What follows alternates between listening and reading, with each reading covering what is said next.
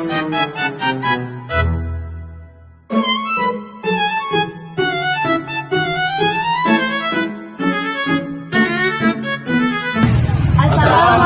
warahmatullahi wabarakatuh. Perkenalkan, kami dari kelompok 4. Kali ini kami akan membahas tentang periodisasi sejarah kerajinan. Sebelumnya, perkenalkan, nama saya Muhammad Faraz sebagai moderator dan teman saya. Perkenalkan, nama saya Buraira Indonesia Balkis. Perkenalkan, nama saya Rihadatul Aisy. Perkenalkan, nama saya Tiara Aurelia. Perkenalkan, saya Dwi Mantoro. Perkenalkan, nama saya Putra Ramadan Pratama. Ayo saksikan video dari kelompok kami. Teng. Baiklah, materi pertama tentang prasejarah akan dibacakan oleh Dwi dan Rafi. Kerajinan pada masa prasejarah. 1. Masa Paleolitikum atau zaman batu tua. Hasil kerajinan: alat batu sederhana seperti kapak genggam dan flakes.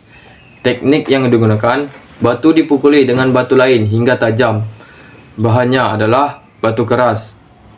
Fungsi: untuk alat berburu dan memotong daging, menguliti hewan dan mengolah kayu. 2. Masa Mesolitikum atau zaman batu Madya. Hasil kerajinan: alat mikrolit atau mata panah kecil, kapak genggam yang lebih halus, perahu sederhana, dan alat tulang. Teknik yang digunakan: penyerpian lebih halus, pengasahan sebagian. Bahannya adalah batu, tulang, tanduk hewan, kayu. Fungsi: untuk alat berburu seperti tombak, panah, alat menangkap ikan seperti mata kail, perahu sederhana, dan peralatan hidup semi menetap. 3. Masa Neolitikum atau zaman batu baru. Hasil kerajinan: kapak persegi, kapak lonjong, tembikar atau gerabah. Teknik yang digunakan: batu diasah hingga halus, tanah liat dibentuk lalu dibakar. Bahannya adalah batu, tanah liat, serat tumbuhan, dan kayu. Fungsinya: untuk alat pertanian seperti cangkul, batu, dan kapak, wadah penyimpanan air, biji-bijian, makanan, kain untuk pakaian rumah sederhana, atau anyaman bambu dan kayu. Sekian, terima kasih. Zaman Megalitum, zaman batu besar. Kerajinan: dolmen, menhir, saku paku, swaroga, arca batu, teknit. Bahan kasar pada batu besar, bahan batu besar, andesit, basal. Fungsi: tempat pemujaan roh nenek moyang, kuburan batu, simbol kekuasaan pemimpin. 5. Masa perundingan zaman logam awal. Kerajinan: negara, perunggu, genderang upacara, kapak corong cendrawasih, perhiasan emas dan perunggu teknik. Bipalpe casting, pengecoran dengan cetakan batu lost wax casting, cetakan lilin yang dilelehkan untuk membuat detail halus bahan perunggu, campuran tembaga, timah, besi, emas. Fungsi: alat upacara, negara, alat pertanian dan senjata, kapak, mata, tombak, perhiasan dan simbol status sosial. Materi kedua tentang peradaban Mesir kuno akan dibacakan oleh Buraira. Peradaban kuno Mesir berkembang di tepi sungai Nil sekitar tahun 3000 sebelum Masehi. Letaknya di Afrika Utara. Wilayah ini subur berkat banjir tahunan sungai Nil yang membawa lumpur, sehingga cocok untuk pertanian. Masyarakatnya menanam gandum, jelai, dan sayuran, serta memelihara hewan ternak. Mesir kuno bukan hanya dikenal dengan piramida dan hieroglifnya, tapi juga dengan berbagai kerajinan yang dibuat dengan teknik dan bahan yang unik di zamannya. Kerajinan kuno Mesir. Pada masa Mesir kuno, masyarakatnya sudah sangat ahli dalam membuat berbagai kerajinan, seperti perhiasan, tekstil, patung, dan barang-barang dari logam dan kayu. Contohnya adalah kalung dan gelang dari emas yang dihiasi dengan batu-batu berwarna seperti lapis lazuli dan turkis. Teknik yang dipakai dalam membuat kerajinan itu cukup canggih. Mereka menggunakan teknik penempaan logam untuk membuat perhiasan dan alat-alat, teknik ukir pada kayu dan batu, serta teknik tenun untuk membuat pakaian dari linen, yang merupakan bahan utama dari tekstil mereka. Proses pembuatan tekstil ini dimulai dari penanaman tanaman rami, memanen dan mengolah serat menjadi benang, lalu menenunnya menjadi kain. Bahan-bahan yang digunakan antara lain emas dan perak untuk perhiasan karena mudah dibentuk dan tahan lama, batu semi mulia seperti lapis lazuli untuk hiasan, linen dari serat tanaman rami untuk pakaian, kayu dan batu untuk membuat patung dan perabot, tanah liat untuk membuat tembikar dan wadah sehari-hari. Manfaat dan kegunaan. Kerajinan-kerajinan tersebut memiliki berbagai fungsi seperti perhiasan untuk memperindah diri dan simbol status sosial, pakaian dari linen yang nyaman dan sesuai iklim panas Mesir, patung dan relief sebagai media keagamaan dan cerita sejarah, perabot dan wadah untuk praktis untuk kehidupan sehari-hari. Kerajinan ini juga menunjukkan betapa maju dan terorganisasinya masyarakat Mesir kuno dalam hal seni dan teknologi yang sangat penting dalam mendukung kehidupan sosial dan budaya mereka. Yang ketiga, peradaban Yunani dan Romawi kuno akan dibacakan oleh putra. Kerajinan Yunani kuno. 1. Patung dan seni pahat. Tekniknya adalah carving, pahit langsung dari batu marmer. Lost wax casting, pencetakan perunggu dengan lilin yang dilelehkan. Bahan: marmer, batu, kapur, dan perunggu. Fungsinya adalah hiasan kuil dan ruang publik. Contoh: patung dewa dan pahlawan. Simbol religius dan estetika. Representasi filosofi keindahan tubuh manusia. 2. Kerajinan keramik atau bisa disebut vase Yunani. Tekniknya adalah putaran roda, tembikar, pembakaran dalam tungku, lukisan dengan slip hitam atau merah. Bahan: tanah liat lokal. Fungsinya: wadah makanan, minuman, minyak, anggur. Persembahan dalam upacara keagamaan. Media seni, lukisan vase. 3. Perhiasan. Tekniknya adalah tempa logam, ukiran, dan granulation, atau bisa disebut butiran emas ditempel. Bahan: emas, perak, perunggu, dan batu mulia. Fungsinya adalah perhiasan pribadi atau cincin, kalung, gelang. Simbol status sosial. Persembahan bagi dewa. 4. Tekstil. Tekniknya adalah tenun manual dengan loom. Contoh: alat tenun sederhana berwarna alami, misalnya ungu, terian dari kerang laut. Bahannya adalah wool, linen, sedikit sutra impor. Fungsinya: pakaian sehari-hari, pakaian upacara, dan simbol status sosial. Dan kerajinan Romawi kuno. 1. Mozaik. Teknik: susunan potongan kecil dari batu keramik, kaca berwarna ditempel dengan semen.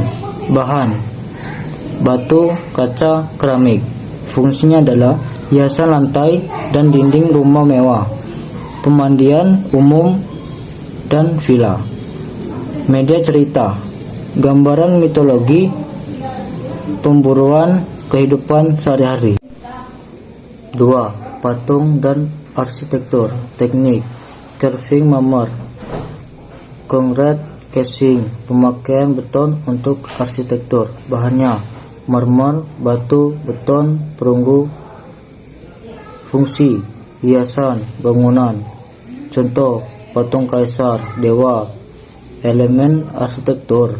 Contoh: kolom, relief. Media propaganda kekuasaan Romawi. 3. Kaca. Teknik: glass blowing, kaca. Tekniknya adalah glass blowing, meniup kaca cair ke dalam cetakan. Bahannya: pasir, silika, soda kapur. Fungsi: wadah makanan, minuman, parfum, barang mewah, dan ekspor. 4. Perhiasan. Teknik: casting, ukiran, pemasangan batu mulia. Bahan: emas, perak, perunggu, mutiara, batu mulia. Fungsi: perhiasan pribadi, simbol status sosial dan kekayaan. 5. Kerajinan logam dan alat sehari-hari. Teknik: tempa, cetak, ukir. Bahannya adalah besi, perunggu, perak. Fungsi: senjata dan peralatan militer, atau bisa disebut pedang, helm, perisai. Peralatan rumah tangga atau sendok, kunci, lampu minyak. 6. Tekstil. Teknik tenun manual, pewarna ungu trian atau mahal untuk bangsawan. Bahannya adalah wool, linen, sutra atau impor dari timur. Fungsinya pakaian sehari-hari, penanda status sosial. Dari keempat tentang dinas pilihan dan dinas disong akan dibacakan oleh IC. Kerajinan yang ada pada dinasti Han yaitu 1. Kerajinan keramik awal dan porselen. Tekniknya pemodelan tanah liat, pembakaran dalam tungku suhu tinggi. Bahannya yaitu tanah liat putih atau kaolin. Fungsinya sebagai wadah makanan dan minuman dan hiasan rumah tangga. 2. Sutra dan tekstil. Tekniknya tenun dengan alat tenun kayu, pewarnaan alami dan sulam. Bahannya benang sutra dari ulat sutra. Fungsi sebagai pakaian kelas bangsawan dan rakyat, sebagai simbol status sosial, dan sebagai barang dagang penting di jalur sutra. 3. Kerajinan giok atau jade. Tekniknya ukiran manual dengan alat abrasif atau serbuk kuarsa. Bahannya batu giok, neprit, dan jadeite. Fungsinya perhiasan seperti cincin dan liontin. Lalu sebagai jimat perlindungan dan sebagai simbol kekuasaan dan spiritual. Kerajinan yang ada pada dinasti Song yaitu 1. Porselen berkualitas tinggi. Tekniknya pemodelan tanah liat kaolin, glazing atau pelapisan glasir, pembakaran di tungku suhu 1200 sampai 1300 derajat Celcius. Bahannya yaitu tanah liat putih atau kaolin dan glasir mineral. Fungsinya sebagai wadah makanan dan minuman seperti mangkuk, teko, dan guci. Dan barang ekspor utama dikenal di Asia, Timur Tengah, dan Eropa. 2. Kerajinan sutra dan bordir. Tekniknya yaitu tenun dan bordir dengan benang emas dan perak. Bahannya sutra, benang emas atau perak. Fungsi pakaian mewah bangsawan, hiasan dinding dan kipas lipat, serta komoditas ekspor. 3. Ukiran kayu dan cetak blok atau wood block printing. Tekniknya ukiran kayu untuk stempel dan cetakan, pencetakan teks dan gambar dengan tinta di atas kertas. Bahannya kayu, tinta, dan kertas.